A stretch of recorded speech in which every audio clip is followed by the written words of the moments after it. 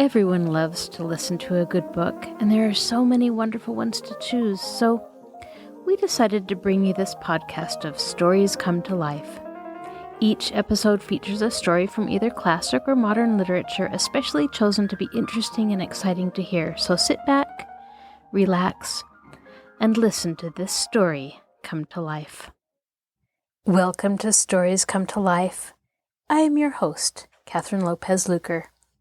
When another white stag appears, the court of King Arthur again sets off in pursuit of high adventure. This time the quest comes to Sir Geraint, who defends the honor of the queen. Then we learn about Sir Lancelot of the Lake, who lived an idyllic childhood in Fairyland before becoming a knight of the Round Table. Now sit back, relax, and listen to this story come to life. King Arthur and his knights. Geraint and Enid. King Arthur held his court not only at beautiful Camelot, but also at a place called Caerleon. The castle there had 7 doors, with a handsomely uniformed porter seated at each one to open and shut it when the knights and ladies passed. These porters were very clever, as they had to bar the way to enemies, as well as to make it free for friends. At night, they went to bed, all except one who marched around the castle from door to door. This one had cat's eyes, large and green and pale, so that he could see in the darkness just as well as in the light. Now one evening, a handsome unknown youth, dressed in yellow satin, came running up to the porter with the cat's eyes and told him that there was a mysterious white stag in the wood over the river. The porter hurried to tell Arthur, for of course, ever since the fairy hunt of which I told you earlier, the king had vowed that there should never be a white stag near his castle that he would not follow. So as soon as the dawn broke next morning, the whole court set off a-hunting, horns blowing, hounds baying, horses prancing, in a great state of excitement. The white stag meant a fairy adventure for one of the knights, of that everybody was certain. They wondered which knight had been marked today to travel deep into the enchanted forest, and to bring back a fresh secret from Fairyland. Now, Queen Guinevere was late that morning, and the hunt was almost out of sight when she came tripping down the stone stairs into the castle hall. She asked where Arthur had gone, and was told by her ladies that he had ridden off to hunt a great white stag in the ferny woods. Guinevere pouted for a minute, then she clapped her hands joyfully, and declared that she would go a-hunting after the king. So she and her maidens dressed themselves very quickly, and set off on horseback, their pretty veils waving, and their faces as bright and mischievous as the faces of children. As they rode through the trees, they heard a great galloping behind them, and up came one of the very handsomest knights of the Round Table. He had long golden hair, and a long golden sword, and a blue-purple scarf around his shoulders, with a golden apple at each corner. His legs were bare, the better to grip the sides of his horse, which was very strong and tall, and had a long black mane, and a tail that was even blacker and longer. "Oh, it is good young Geraint!" cried the ladies when they saw him. "Oh, handsome and brave Geraint! Are you coming with us and with the queen?" Now, Geraint had really intended to gallop after Arthur as fast as he could, for he too was late this morning. But when the ladies asked him if he were going to escort the queen, he could not possibly say he was not, so he bowed very low, drew in his prancing horse, and joined the pretty company of maidens, giving up all idea of the adventure for which he had been hoping he was the chosen knight of the day. But no sooner had he drawn near the side of the queen than the adventure, which he thought he had given up, came riding through the wood toward him, in the shape of an enormous knight, with his face quite hidden under his helmet. On one side of this giant stranger rode a lady dressed in royally rich brocade. On the other pranced a hideous little dwarf. As they trotted abreast through the wood, Guinevere pulled up her horse and stared at them in amazement. Then the newcomers also drew rein, and standing still at a little distance, seemed to talk among themselves. The queen, frankly curious, shook her horse's bridle and trotted off across the turf to speak to them. The dwarf was the nearest to her, and pausing as she came up to him, she asked him the name of the big knight with the hidden face. But the dwarf, who was deformed and horrible even to look upon, answered by striking the queen with a long wand that he carried in his hand. Then from Geraint such a shout as you never heard before rang through the wood. All the ladies, too, cried out in anger, but before anybody could do anything, off galloped the strange knight, still with the lady and the dwarf on either hand, and off after them tore young Geraint, calling at the top of his voice that he would avenge the queen. Such a chase the three led him, through the dense wood and over the mountain and down into a valley, where you could see the towers and roofs of a great city. Through the city gates they rode, with Geraint still hard on their heels. He saw that all the people stood still and saluted the knight and the lady as they galloped past, and he noticed, even in his haste, that the courtyards of the houses were full of men who were polishing shields and burnishing swords, and washing armor and shoeing horses. Then the knight and the dwarf and the lady galloped up a hill to a great castle. Its gates were immediately opened with sounds of welcome. The three rode in, and the entrance was closed and barred behind them. As Geraint pulled up his horse, weary and bitterly disappointed, he saw that he was close to a ruined palace, which could be approached by way of an old marble bridge that spanned a deep river. He crossed the bridge and was met on the other side by an old man who wore very ragged clothing, but whose voice was gentle and whose manner was gracious. This old man invited the knight into the ruined palace, where he was met by an old woman, also in rags, but sweet and dignified.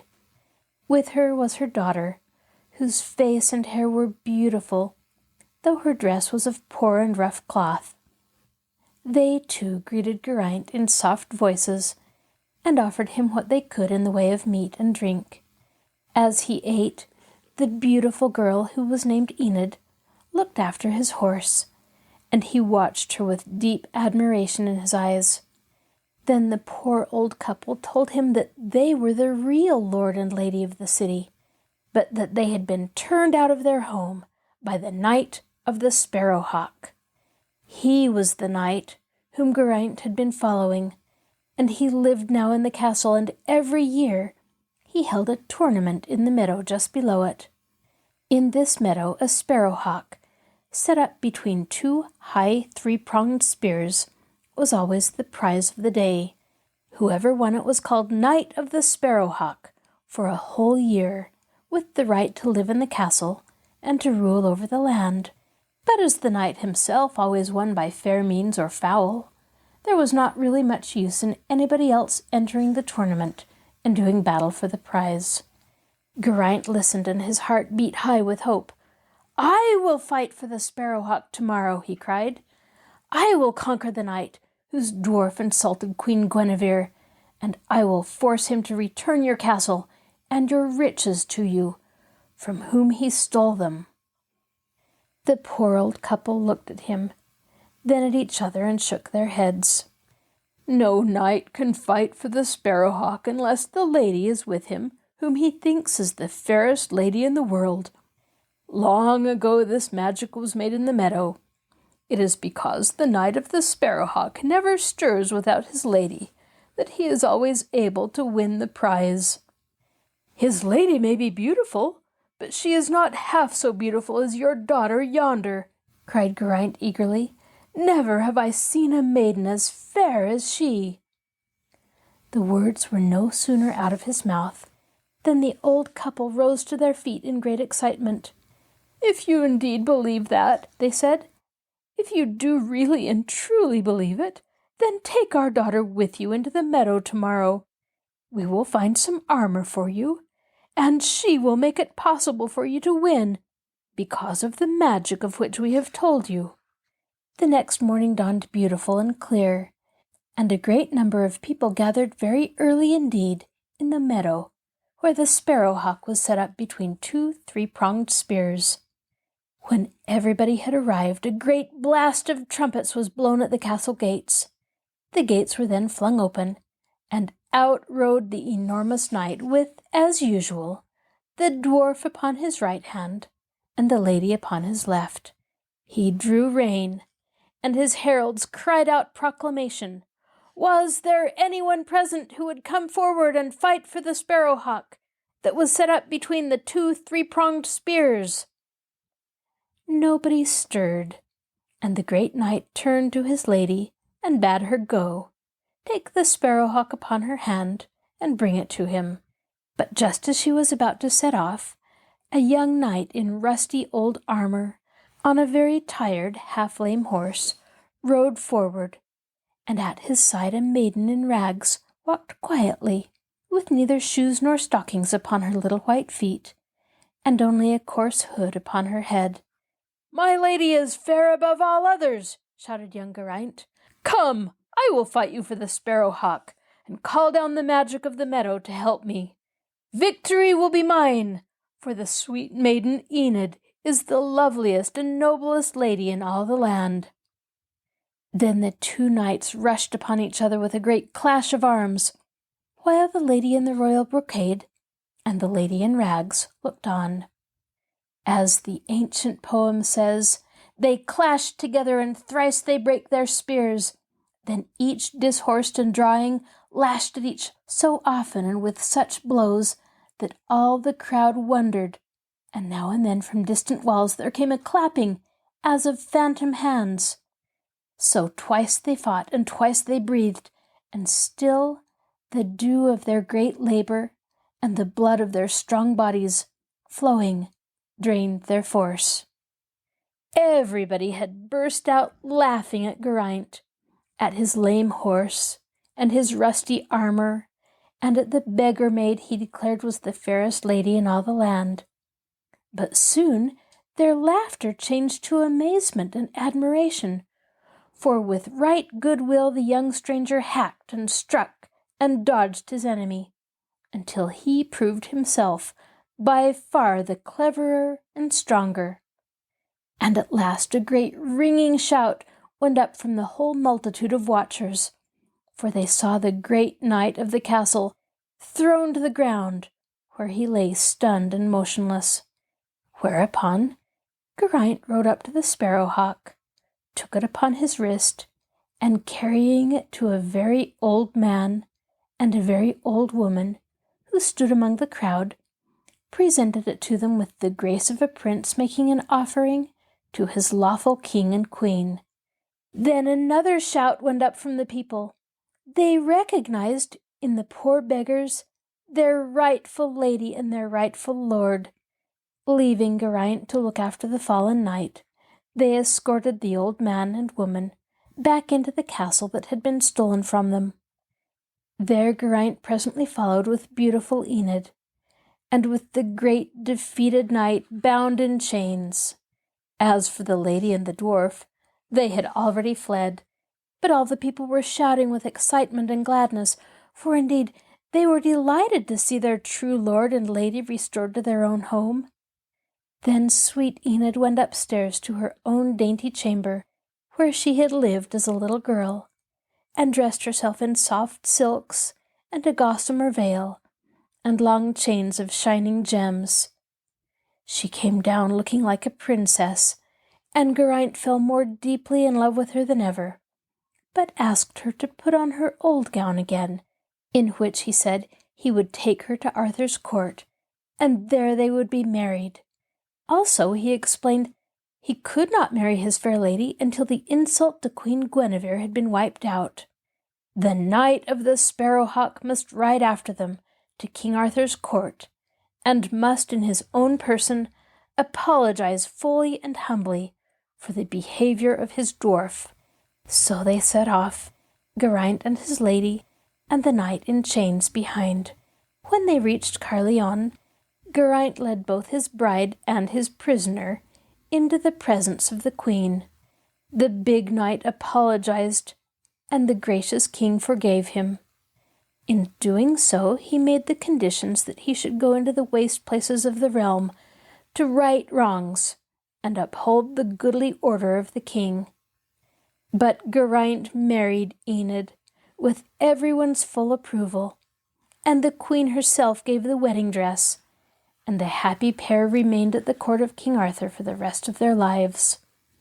And, as the ancient poem says, "And Enid tended on him there, and there her constant motion round him, and the breath of her sweet tendrance hovering over him, filled all the genial courses of his blood with deeper and with ever deeper love."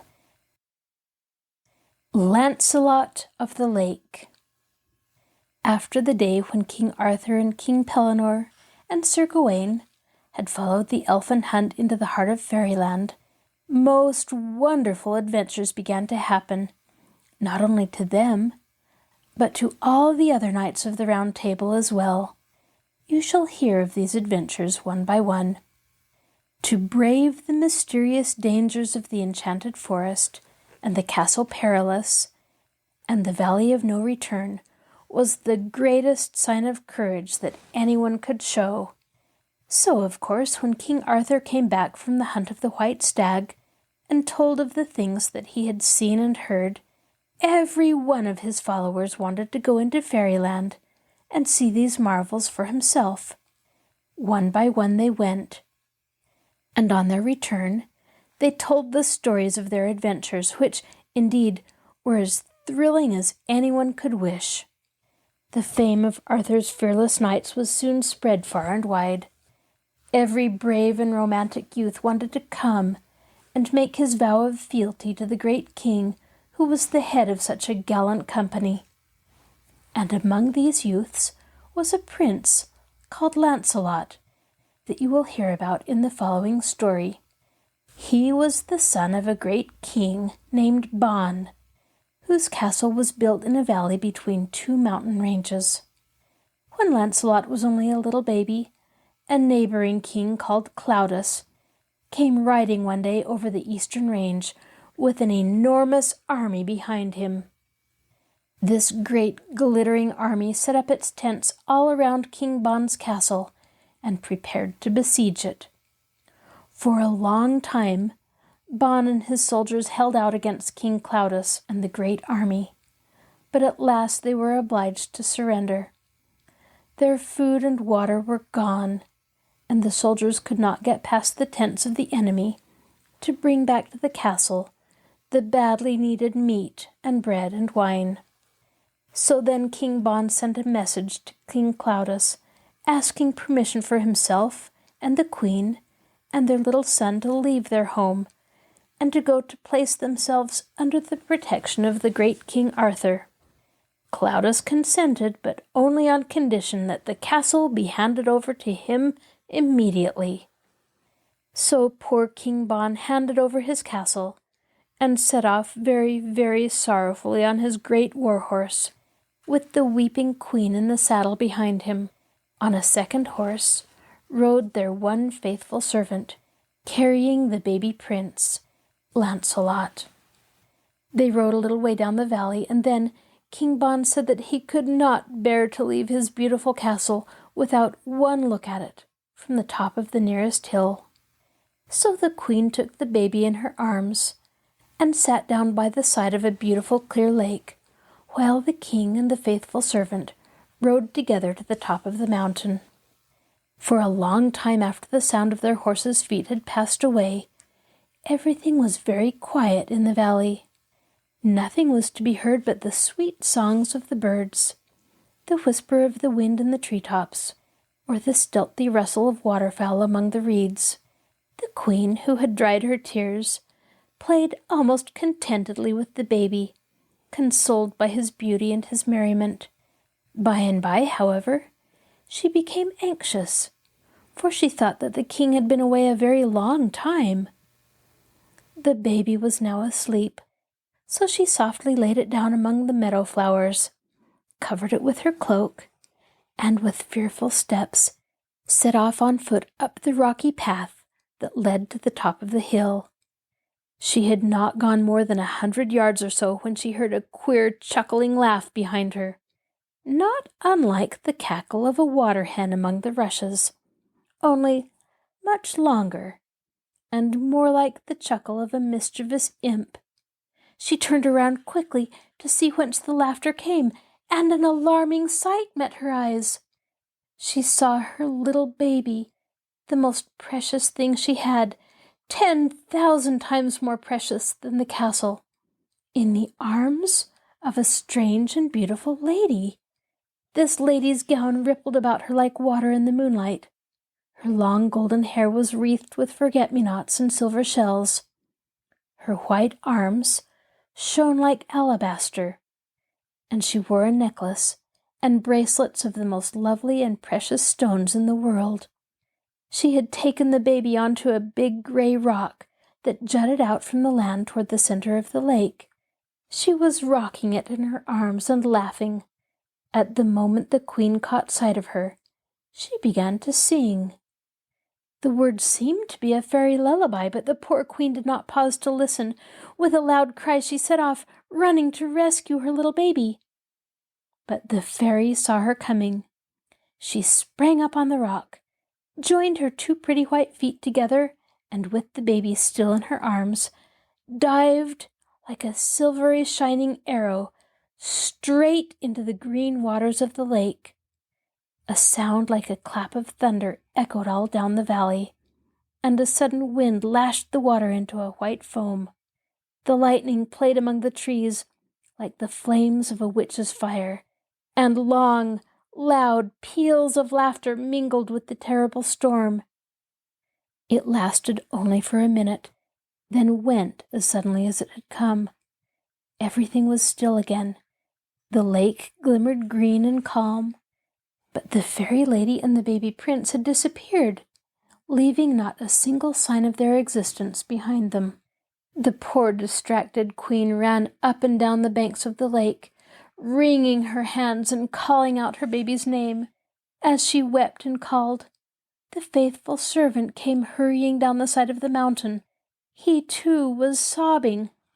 He said that wicked King Claudius had set fire to the castle, which was blazing away into ruins, and that King Bon was lying at the top of the hill, dead with grief. Then the queen dried her eyes and folded her hands, and spoke calmly. "My husband has gone. My baby has gone. My home has gone," she said. "There is nothing left for me to live for. I may as well die too." But even as she said this, the abbess of a convent not far away came walking, wrapped in her cloak, along the banks of the lake. She was a good and sweet woman, and she knew all about the fairy in the silver robes, with white hands and golden hair, who lived under the water.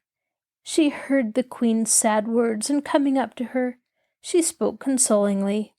"Poor queen," said she, "for indeed I know you are a queen. Be comforted. You have not lost so much as you think you have. Your little baby is in hands far safer than those of any human nurse. For your husband, the king, be content. He is at peace. For yourself, there is a home waiting in the convent there among the trees. Dry your tears and come with me."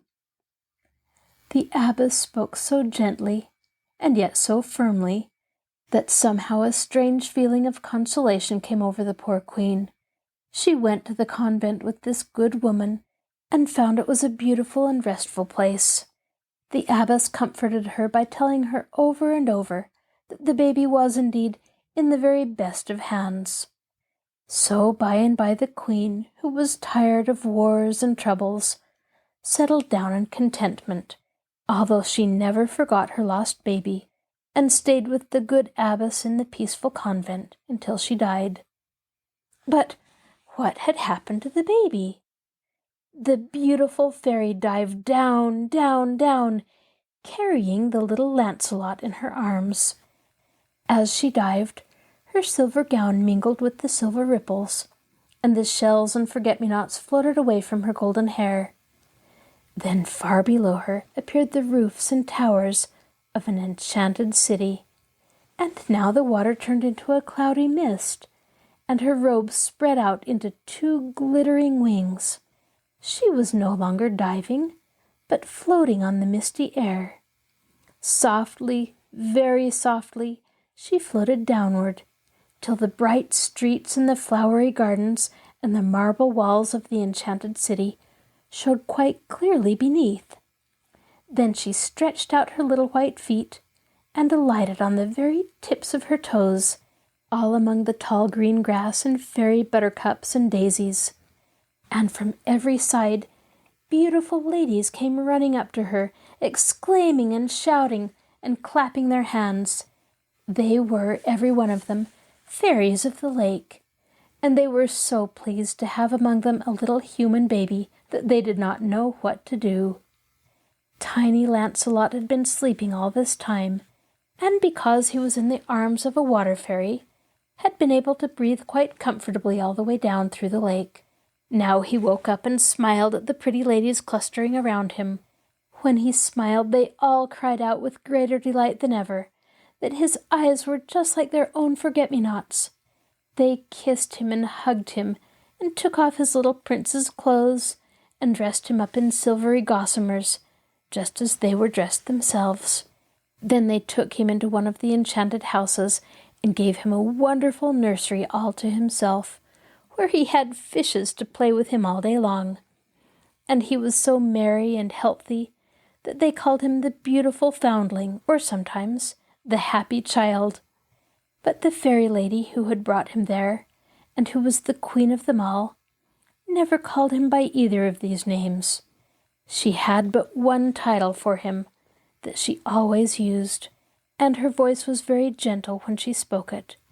The title was Son of a King, because, you see, she knew that he was of royal human blood, and that some day he must go back to the world from Fairyland and play his part as a prince among his fellow men. And how Lancelot of the Lake went back to the world from the enchanted city under the water, you shall hear in another story. The Knighting of Lancelot. You heard about the baby prince who was stolen by the water fairy.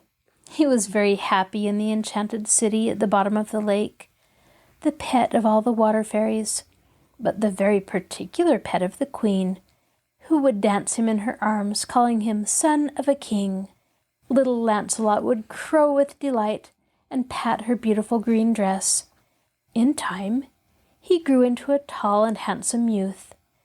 The queen knew that she could not keep him with her forever, and so she put him in charge of a woodman who lived in the forest that grew all around the waters of the enchanted lake.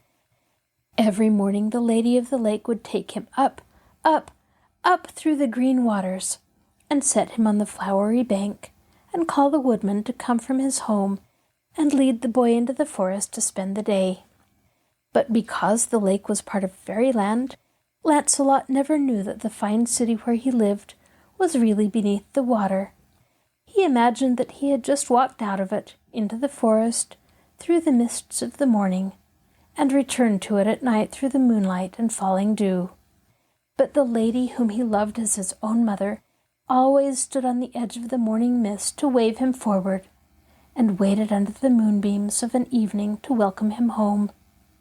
In the forest, the woodman taught him all the craft of a huntsman, the way to find the little brown hares, the wild foxes, the great strong-tusked boars, and the beautiful antlered deer. Lancelot grew clever and strong in his happy woodland life. He could shoot an arrow straight and true, shoe and saddle a horse, and climb the crags as high as the eagle's nest.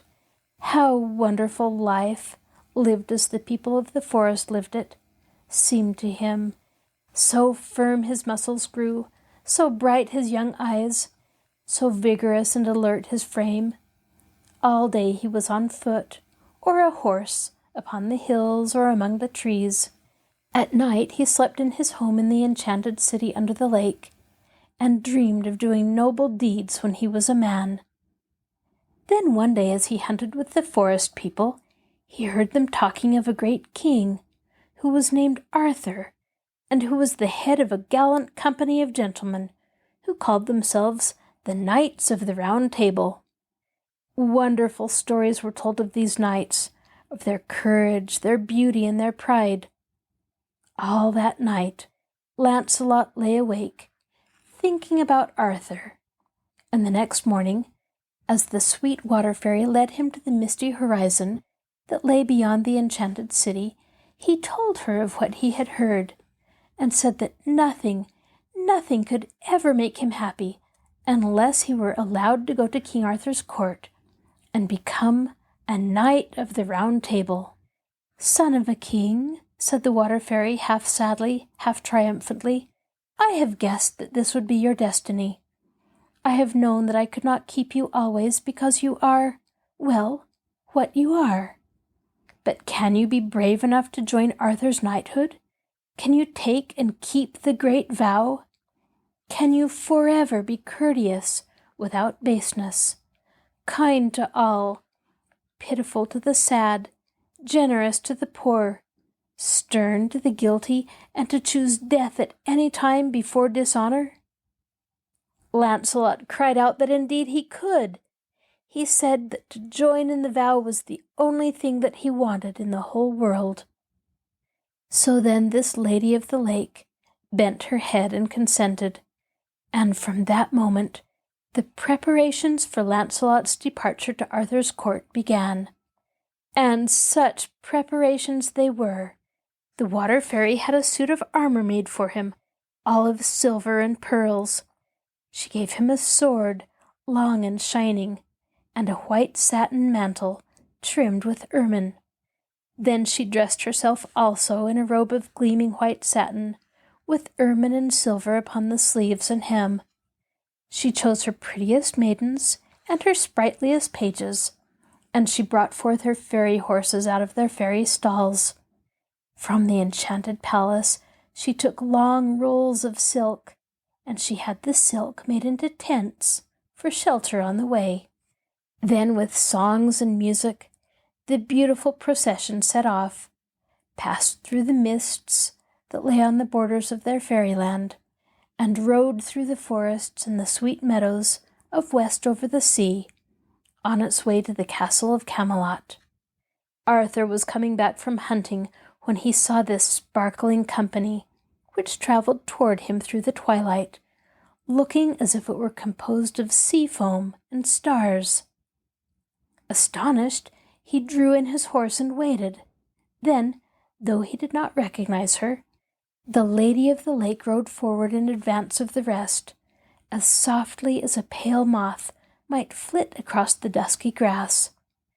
Behind the fairy rode young Lancelot, all silvery white in his beautiful armor and royal mantle, so that indeed he seemed no less fairy-like than the delicate, shimmering lady in front of him. The fairy paused as she reached Arthur's side, and looked very earnestly at the astonished king. Then she waved to Lancelot to draw near also. "Son of a king," she said to Arthur, "I have brought you a good knight and true. He also is the son of a king. Admit him to your fellowship, I pray you, and make him a Knight of the Round Table." Arthur turned in his saddle, and fixed his eyes gravely upon the youth in the white shining armor, who rode up to the side of the lady. "He is only a boy," said the king. "Is he ready to prove himself? Has he done battle yet in any just cause? Has he suffered for the sake of the weak, protected the innocent, or punished the guilty?" "Not yet," answered the fairy gently, "but it is his most earnest wish to do so." Arthur turned to Sir Geraint, who sat on his horse by the king's side. "Take the boy to your chamber," said Arthur. "Let him watch by his armor tonight in the chapel by the castle. Then tomorrow bring him to me." He saluted the fairy, Still not recognizing this beautiful and gracious lady who had brought her son to be a knight of the Round Table, he had no idea at the moment that she was a fairy at all, cousin to the very fairy who had stretched a white hand and arm out of the water to give him his sword Excalibur. Nor did he know that she would one day save his life. The lady bent from her white horse toward Lancelot, kissed him tenderly, and placed a ring from her own hand upon his finger. "Take this ring," she said, smiling gravely. "Wear it always in battle. If you are hard pressed by an enemy, turn it upon your finger. It will make you invisible. Turn it again, and your armor will change color from silver to black, from black to green, from green again to silver. Goodbye, dear son of a king. Goodbye." She kissed him again and rode back to the white and starry company who waited for her in the gathering night. Then they all rode silently away, and the sparkle of them died out among the trees.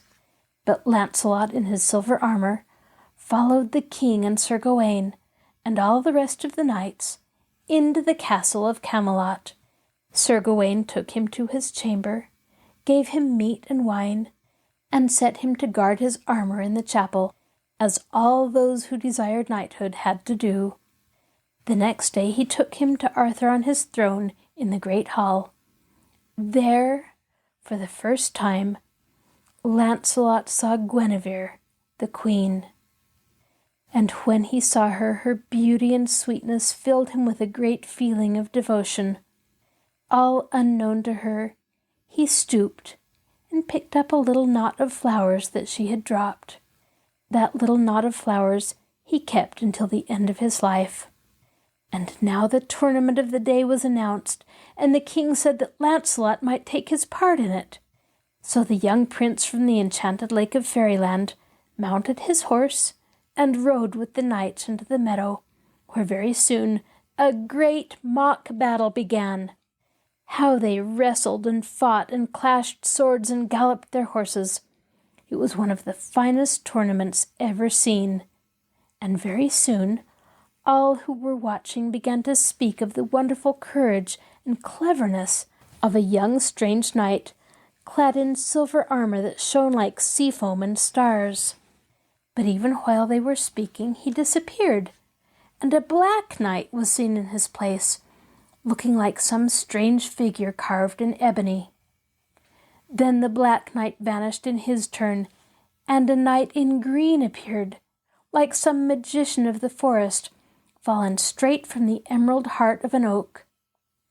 In another moment, this knight of the woodlands was gone, and there was the silver knight again, flashing across the meadow like a beautiful comet, and so on and so on and so on, for the black knight and the silver knight and the knight in emerald green were all and each of them none other than Lancelot of the Lake, who was galloping all over the meadow, continually turning his magic ring.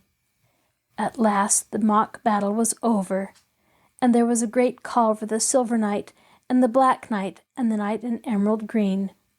But only the silver knight came forward, and in his hands he held the trophies of all three. The people who had watched the tournament knew that some fairy had been helping the silver knight in some mysterious way. So they were full of respect for him, and cried out that he must indeed be made a knight of the Round Table, must drink the cup of fellowship, and join in the great vow. And the queen smiled as she looked on while the king knighted him, and, in memory of the water fairy, named him Sir Lancelot of the Lake. Sir Lancelot, as he knelt before Arthur, felt all the love of his brave young spirit go out to the king and to his sweet lady Guinevere. He remembered the little knot of flowers that he wore close to his heart, and he vowed to himself that all the rest of his life should be spent in the service of the Queen. This is your host, Kathryn Lopez Luker. Thank you for joining us for this episode of Stories Come to Life. Be sure to join us next time when we continue to listen to stories of King Arthur and his knights. If you enjoy this podcast, please send an email to kluker@marshallpl.org to tell me of your favorite stories. I'll talk to you again soon.